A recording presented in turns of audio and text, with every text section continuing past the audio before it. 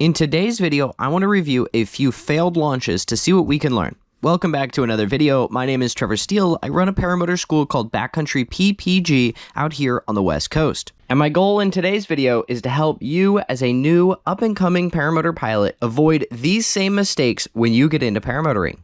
The first video I want to review is a reverse launch. Now, it is very clear right off the bat how little skill and experience this paramotor pilot has. Now, I want to make it known I do know this guy. I'm not making these videos to pick on him. This was 7 years ago. He has since become an incredible pilot. When launching a paramotor, there are two main ways to do it. The first way, which is the most common way, is what's called a forward inflation. That is where you are facing away from the glider. It is behind you. You run forward and inflate it above your head. The second way is what's called a reverse inflation, which is where you are facing the glider directly, inflate, turn around, and then launch. In this first clip, it is a reverse inflation. It is far less common for paramotor pilots to fly in reverse conditions because in order to be doing a reverse launch, you need to have somewhere around 5 or more miles an hour of wind. Most paramotor pilots, especially on the West Coast where we're located, often don't fly if there's above 6 miles an hour of wind,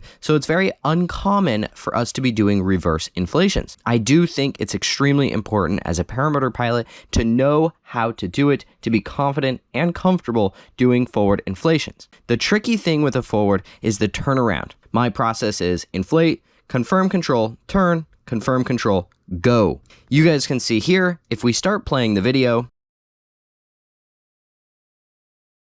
now, there's something right here that I really want to point out. When you're getting into paramotoring and you're learning how to control that glider, there is a surprising amount of little things that make a big difference. If we rewatch that little inflation right there, I want you to notice the 3 steps to the right that the pilot makes, the screen right. You see those 3 steps? As soon as he makes those 3 steps, do you notice the wing dips down to the left? One of the most impactful things on the glider's control and orientation above your head is your movement. Where do you move in relation to the glider?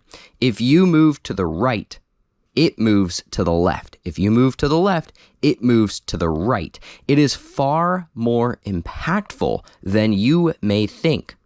Now, it is important that you understand how movement, walking, moves, and controls the glider, because you saw here in this clip a few steps in the wrong direction, and now all of a sudden you've got to correct for that glider. Because ultimately the goal is to have that glider at top dead center, or 12 o'clock if we think about it as a clock, right above head, under control. You do not want to launch with that wing center down at 11 o'clock or wing center down at 1 or 2. That is when things can get really ugly. You need to get that glider directly overhead and keep it overhead. And you can see these little movements make a big difference. Now, I like to explain this like balancing a broomstick on your hand. If you've ever balanced a broomstick or a pencil or a pen or darn near anything, as that item starts to fall to one direction, if you do not move underneath it, that item will continue to fall. If you're balancing a broomstick and it starts to fall left and your hand goes to the right, it's only going to make it worse. So in this case, the pilot needed to add those 3 steps he took to the right to the left to bring that wing back overhead. It's also really important to understand that yes, you could use your brakes, the toggles in your hands to make that correction right there, but brakes produce drag and they also kill the energy and wind in the wing. So by pulling brakes, you increase the risk of the glider stalling down in front of you or if he turns behind you. But movement and weight shift do not produce drag. So if you've got borderline or right on the edge reverse launch conditions, if you start pulling a bunch of brakes to make corrections, the likelihood of stalling the glider increases exponentially. But movement does not produce that drag. Movement does not cause the glider to stall like brakes do. So 3 steps here to the left would have corrected the same thing 6 inches of brakes would correct. However, the 6 inches of brakes will probably cause the glider to fall down behind him, or in this case in front of him, whereas the 3 feet to the left would not. If we continue on, you see the pilot turns, and I want to point something out right here. Yes, he's got a little collapse right here, but that's not what I wanted to point out. If we re-watch this clip, notice the pilot, as he turns around, takes 2 steps backwards. That is a big no. That is actually really risky to your glider and prop's health, and let me explain why.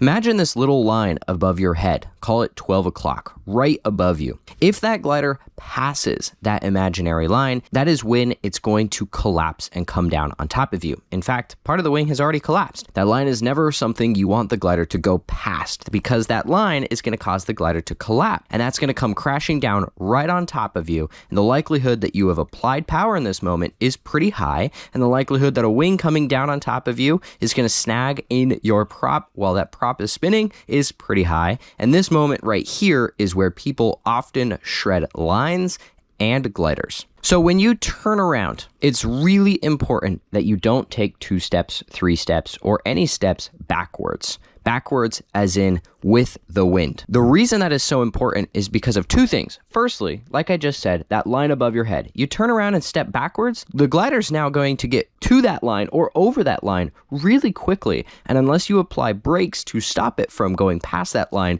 the likelihood of it collapsing is really high. So you just turned around and caused your own problem. You caused the frontal, you created the problem that sent the wing crashing down on top. But also the second part, if you've got borderline or just enough wind to do a reverse inflation, and you at all step with the wind, you kill all the wind in the wing, and the wing's going to want to come down. I'll use this as an example. If the wing needs 5 miles an hour to stay inflated, and you run 2 miles an hour downwind with the wind, it has now only got 3 miles an hour of wind. It's not enough to stay above your head. Whereas if you move into the wind, and it's 5 miles an hour of wind, and you run 2 miles an hour into the wind, your wing now has 7 miles an hour of wind. And so running downwind or with the wind, it can totally kill your chances of launching a paramotor, can totally just take it right out of the sky, the glider right out of the sky, and you've got to start back at square one. So when you turn around, there's 2 really big reasons you don't want to step backwards. Firstly, you don't want to cause the glider to overfly you, collapse, come down, and get caught up in your prop. And secondly, you don't want the glider to stall down behind you, causing you to blow the launch. When you're going to launch a paramotor, you've got 70 pounds on your back. You only got a few really strong goes at it before you get tired and call it for the morning or evening. It's important you're able to consistently nail launches. So now we continue on. You can see here, look, the glider has sank back. If you notice, the glider is quite a ways further down now. It has actually fallen down behind him. This is because he has turned around, walked backwards, and now, even worse, causing the problem to amplify, you can see he's pulled quite a bit of brakes.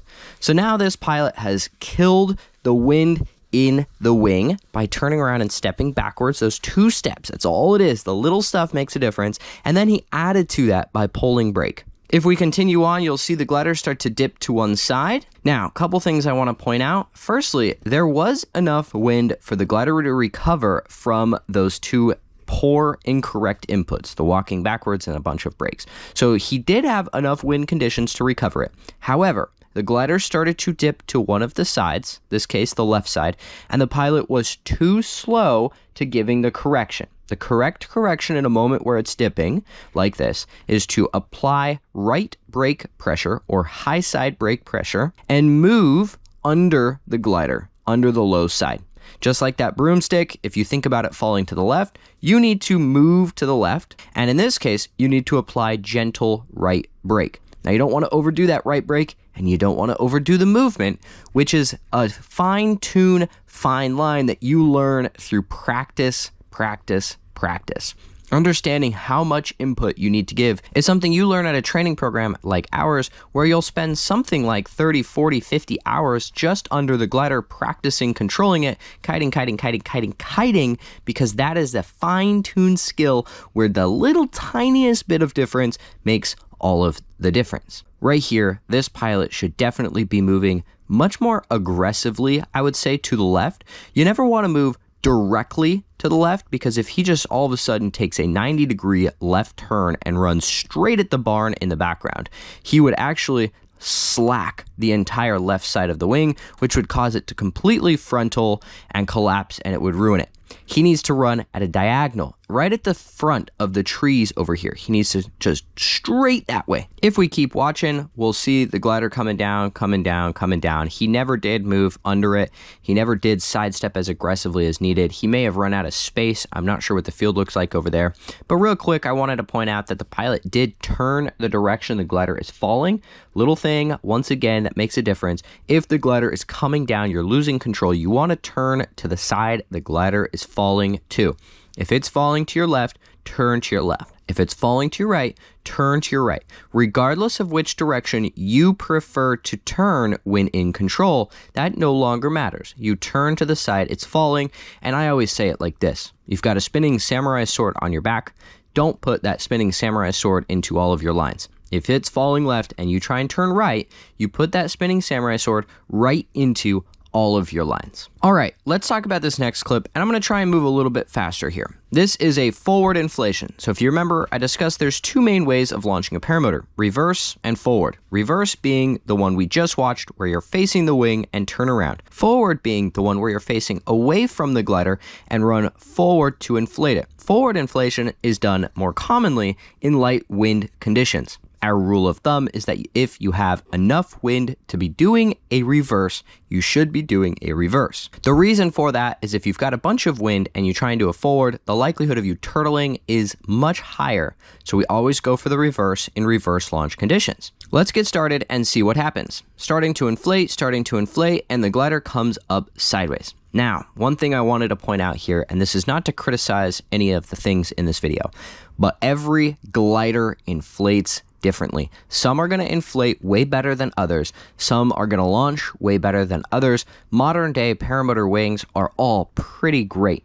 The reason I point out that some things launch better than others is because if you're scouring the Facebook marketplace looking for a used piece of equipment, do keep in mind that the gear and the training, but also the gear, directly correlate to the experience you'll have in flying paramotors. If you've got really crappy, old, heavy, uncomfortable equipment that does not launch well, does not inflate well, does not fly well, that directly changes the experience you will have with flying paramotors. Versus if you've got a nice, lightweight, easy to launch wing, comfortable paramotor, makes a lot of thrust, that also directly correlates to the experience you have flying paramotors. Now this video with this glider, it appears that the wing is a little bit more sluggish. Now that might not just be the glider manufacturer or that model in general. It could just be that this glider is wet, used, old, put away dirty, and just not in good shape. So with that being said, you watched that really sluggish, or as I often refer to it, doggish inflation, where that wing just really doesn't want to come up. When you're in light wind conditions, it's super important that you really quickly identify the direction the wing is going up.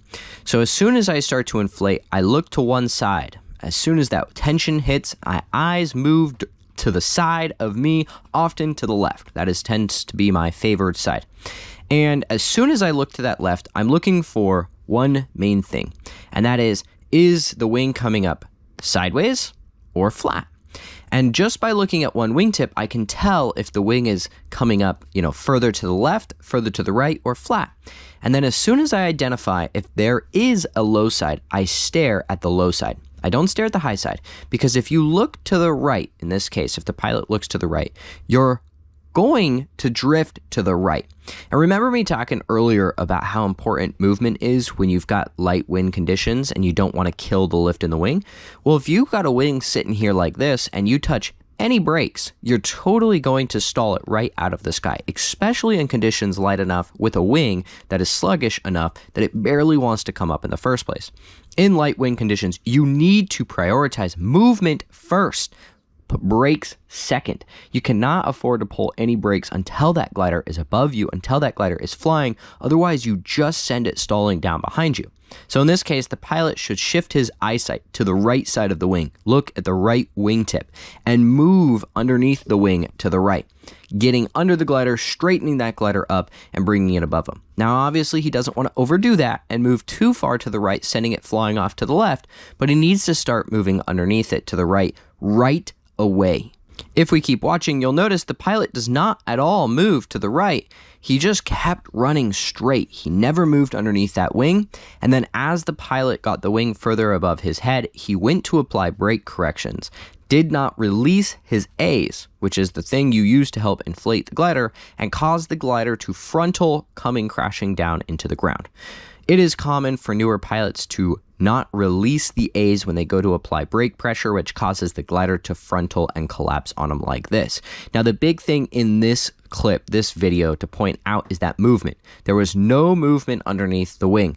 If you've not spent a lot of time kiting, it becomes very clear in your launches. Very clear, very quickly. If you don't know those fine little lines, the little tiny things, I've mentioned it a bunch of times, a little bit of movement to the right, just a little bit, 3 degrees of a direction change in this clip would have made a big difference in how that wing came up and how that wing flew. 3 degrees the wrong direction would have really made a big difference in sending that wing crashing down to the right. So knowing that how important that movement is, knowing when, how, where, how much is so dang important. I preach and preach and preach and preach to the moon about the importance of glider control, often referred to as kiting. That is your skill, understanding, and experience on the ground, hooked into the wing, keeping the glider under control. We highly value that here at Backcountry PPG at our training programs, because we know the better you are at kiting the glider, the better you are at keeping that glider under control, the more experience you have with the fine-tuned little pieces, the more consistently you will launch, and you will launch clean and nice. That is really what we are shooting for. The better you are at glider control, the more consistently you'll have great launches. Now, it also means you'll be better active piloting that glider in the case that you get into turbulence, but that's not the point of this video. The better you are at kiting, the more control you have with that wing, the more time you spend underneath it controlling it, the better you will be at launching, the more consistently you will have great launches. Landing, a little bit of a different story, but launches are directly tied to your kiting skill. Now, you may ask, like, how important is that really? Well, if a lack of glider control means that your success rate is 3 out of 10, but really great glider control means your success rate is 9.5 out of 10. You ask me how important it is. That is a big difference.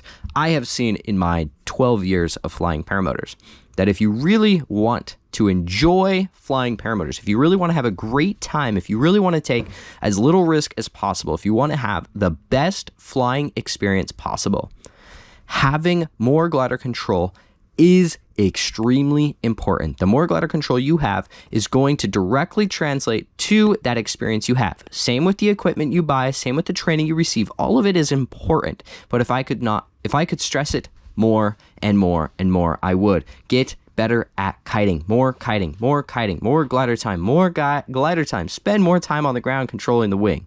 This third clip is another forward inflation. Light wind conditions, evening time, running away from the glider with the A's in hand to help inflate that glider. If we start watching, you'll see the glider actually comes up and overhead quite nicely. He didn't have a rough inflation. But I want to point something out right here.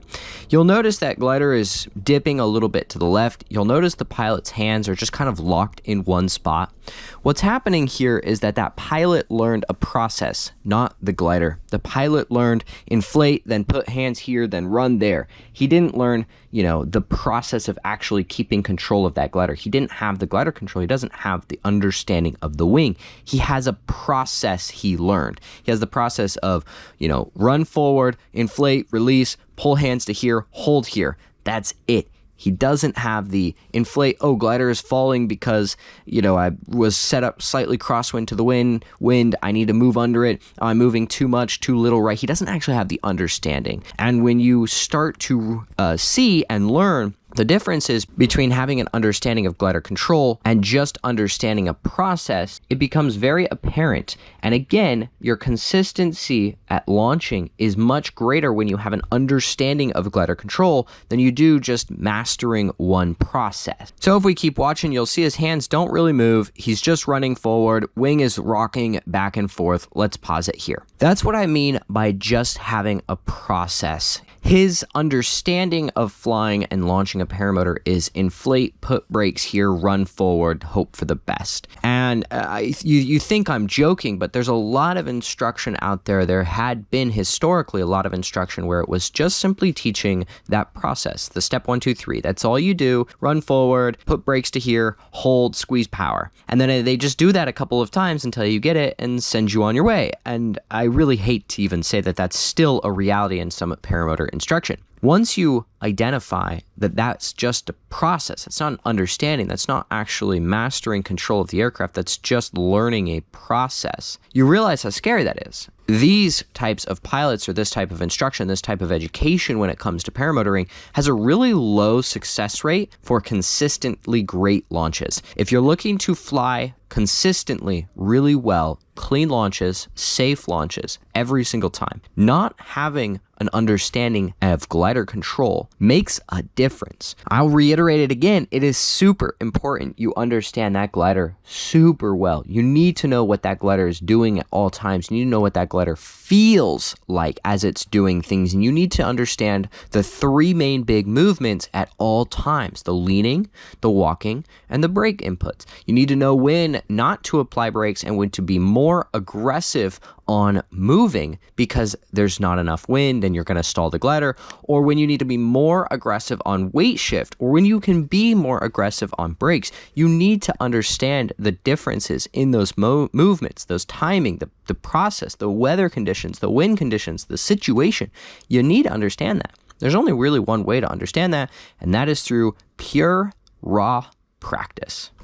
With all of that being said, guys, thank you so much for watching. If you're interested in learning how to fly a paramotor, visit our website, backcountryppg.com, for more information on our 10-day beginner training program. We've got our schedule all the way set through 2025. We would love to have you attend one of our classes. If you're already a pilot and you are looking to improve your skills, we do offer a 5-day adventure training program, which is broken up into 2 parts: 1 skill building session and 2 adventure flying with the group. Those are very fun, and we also have our 2025 schedule set. Learn more at backcountryppg.com. Thank you again, and I will see you in the next video.